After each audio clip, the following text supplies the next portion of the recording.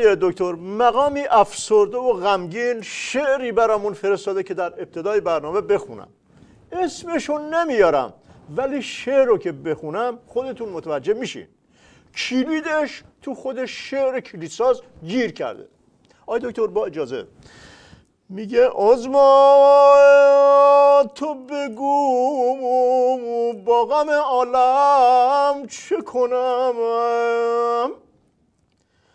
با وعده کشککی که دادم چه کنم، قبلا همه با دولت قبلی هر شد،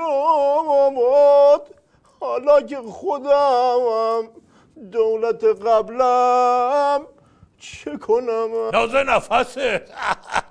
اونایی که میگفتین انتخابات هیچ خاصیتی غیر از داغون کردن نظام نداشته، یک قلم بیشتر از 50 کشور جهان رو متحد کردیم، همصدا در مورد نظام حرف زدن.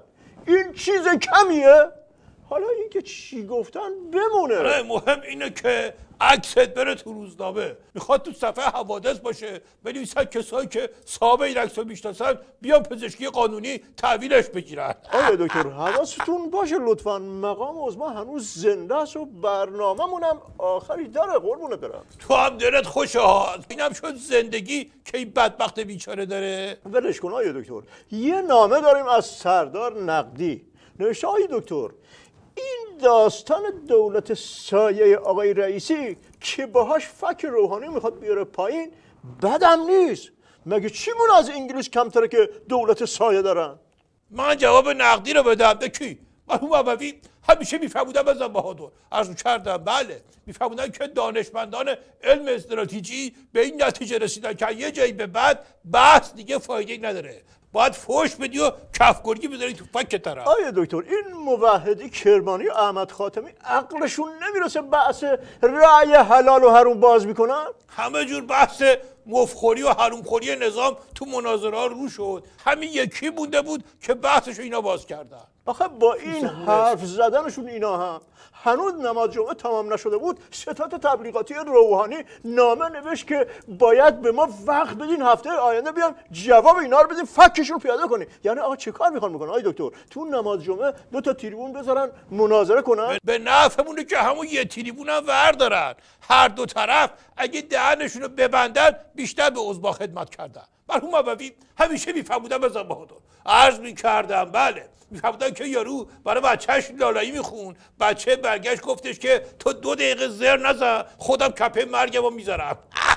ولی هم حاجی موحدی و هم احمد خاتمی میگن با اینکه انتخابات شفاف نبوده و تقلب شده و رأی حروم بوده ولی روحانی رئیس جمهوره. خب اینا چی مصرف کردن اینطوری میگن؟ مشن که باشی، تریبونم که دستت بیاد بلد نیستی چطوری استفاده بکنی.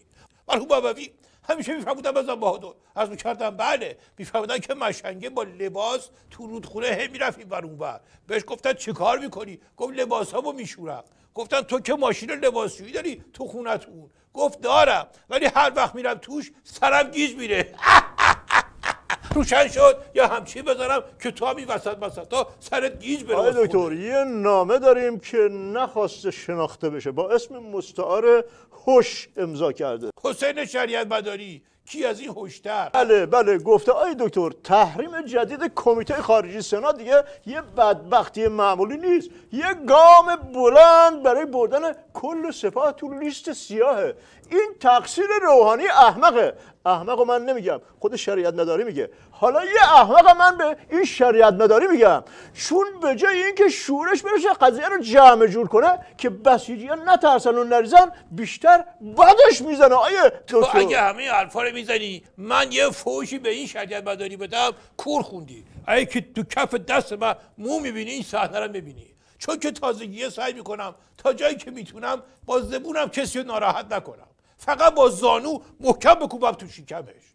آموزش استراتژی یه حرف چرت و چولا که برای استراتژیست تلخه، برای مشنگی که بخواد افه بیاد و یس بگیره و حرف مفت بزنه نقل و نباته. موضوع یکیه ولی یکی بدش میاد یکی خوشش میاد. مثلا تو یه سوسکو در نظر بگیر. گرفتم آقای دکتر.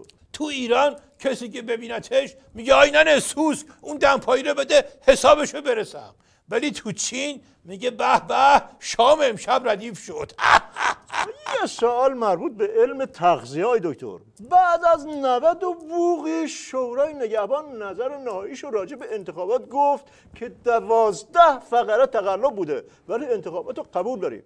این حرف کشکی اینقدر سخت بود که تا حالا طولش داده؟ صد رحمت به 1000 پا. مرحوم ابوی همیشه میفهمودن بزن بهادر عرض میکردم، بله میفهمودن 1000 پا وقتی میره مهمونی تا بیاد کفشاشو در بیاره مهمونی تموم شده، همه دارن برمیگردن. آیا دکتر این که ابراهیم رئیسی میگه میخواد دولت سایه درست کنه شوخی میکنه نه؟ به قیافش بیاد آخه این اهل شوخی باشه، دستش برسه گردن خودش هم ممکنه بزنه، اینطوری معتاد شده. 3 چیز نظام آچمز کرده. اولیش جنگ و دعواها تو نظام که اینی که گفتی یه نمونهشه. از این طرف حاجی روحانی نامه میده به کشورهای منطقه که غلط کردیم به دل نگیرین، از اون طرف 2-3 ساعت بعدش مقام عظما ظاهرا با اونا حرف میزنه ولی داره میزنه تو پوز حاجی روحانی.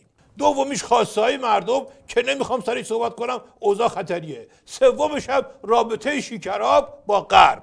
بله دکتر شاعر میگه خداوندا 3 غم دادی به یک بار که هر یک حال عظما را کند زار، طلبهای خلایق مشت از غرب و جنگ بین گرگان و سگ هار. من اگه نصف این حرفا رو زده بودم الان یقه خودتو جر میدادی، گرگ و سگ هار و همه حرفا رو میزنی. اینا رو که خود شما گفتی من فقط به زبان شعر برگردوندم. مگه من حاجی روحانی هم که خالی ببندم بعد بزنم زیرش، یا موحدی کرمانی و احمد خاتمی که حمله کنم بعد بگم با وجود این آقای روحانی 4 سال دیگه هم سر کار رو سرمونه؟ بالاخره یه حرف درست و درمونم زدی. همچی حرف عوض میکنن، همچین توجیه میکنن که آدم مات و مبهوت میمونه. مرحوم ابوی همیشه میفرمودن بزن بهادر عرض کردم، بله میفرمودن به یارو گفتن ابوالهول رو میشناسی؟ گاره بچه محلمونه. گفتن بابا ابوالهول تو مصره. گاره دیگه جنگ که شد اونا رفتن مصر ما رفتیم اصفهان. گفتن بابا ابوالهول مجسمه است. گفت ای داده بیداد. 100 بار بهش گفتن اینقدر خالی نبند خدا سنگت میکنه، گوش نکرد. خیلی قشنگ توضیح دادن آیه دکتر. این دفعه دعوا نکنیم، به اندازه کافی تو نظام دعواست. هر چی هم به مقام عظما گفتین بی خیال. من ترسیدی نه؟ آره من از 4 تا 7 ترسیدم. من 1000 تا بدبختی تو نظام دارم که ازشون بترسم که نوبت به شما نمیرسه. بیشین بابا. تو که یه دقیقه پیش داشتی میگفتی دعوا نکنیم، تو که خودت از حاجی روحانی و حاجی رئیسی یاد گرفتی. ای طرف بگی دعوا نکنیم، ای طرف زبونتو دراز کنی. 3 مصر من نمیذارم. من که دارم حرف نظامو میزنم.